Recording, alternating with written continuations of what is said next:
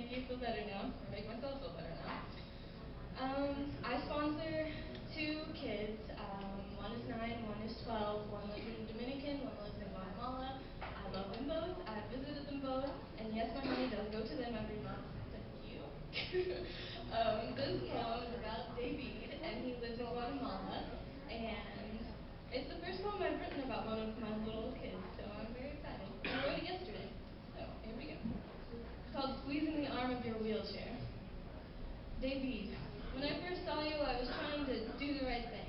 Be a good person. Follow God's commands. You know, all of that stuff. I nonchalantly picked your photo and bio from a group of about 50 others, put you in my pocket, and signed a sheet saying that I had claimed you. I went home, relatively unaffected by the fact that your last name was not listed, for no one from the orphanage really had the resources to find out what it was. Nevertheless, I stapled your picture beside my bed, so maybe some nights I could remember to pray for you, although I found that difficult since we'd never met.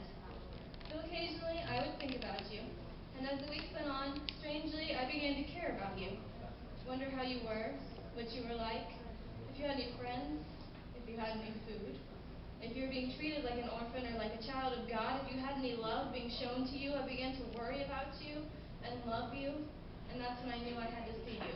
Fast forward 4 months and $2,500 later. I'm about 1,000,000 miles away from home and 1,000,000 miles away from being comfortable. I'm surrounded by 50, mostly mentally challenged Guatemalan orphan boys, and it's hot outside. This is the best day of my life. And it gets better. Here comes Geraldo, charging at me, mouth open, drooling, screaming phrases in Spanish I don't understand, yielding a tennis ball that he chucks at my head, and then collapses at my feet in a heap of laughter, hugging my ankles, kissing my shoes. And I can't help it, but I'm laughing at him. Or maybe I'm laughing with him because he did just throw a tennis ball at my head and it kind of hurt. I stoop down to pat his head and then I stand back up, and out of nowhere appears Ambrosio, frowning and mad because he does not want to eat lunch. My name is Ambrosio and I will not eat lunch, are the only English words that he knows. And upon examining him further, I realize he's not really mad, and it isn't even lunchtime. He just wanted to impress me with his English words. So I tried to say before he gets distracted, Hola, me llamo Emily. Está bien cabrita. Which means, hello, my name is Emily. It is a good goat.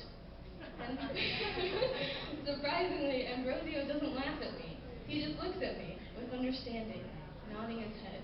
And he gives me the best hug I've ever gotten before walking away. And as soon as I start to wrap my mind around what just happened, I am made aware that very shortly I will be meeting David. Having been overwhelmed by the demands of 50 different orphan boys for my attention, I had completely forgotten to even look for David.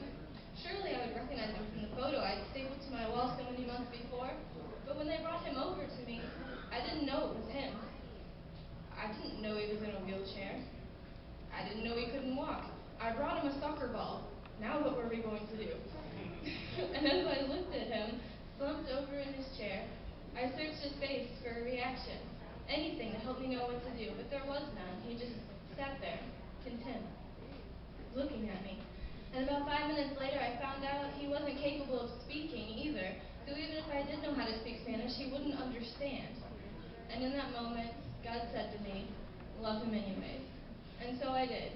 I taught him how to blow bubbles out of a plastic stick with a circle on one end, and then I pretended to eat them, chasing each bubble, devouring them one by one, much to his delight. I pushed him around his wheelchair day after day, which was only difficult when turning around because the front right wheel would almost snap every time. But that didn't stop us from playing baseball and winning.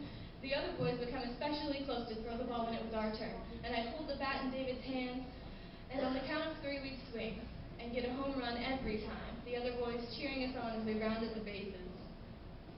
And in the evenings when it was quieter, we'd sit inside and talk. Well, I'd talk, and he would listen, kind of. Mostly he just smiled, probably just amused at how hard I was trying to make him laugh. But eventually we did start to communicate, and by the end of each day, David, with no last name, would be smiling so intensely that he would have to squeeze my arm to signify the level of joy he was experiencing. And all I have to say is, I was squeezing the arm of his wheelchair just as hard.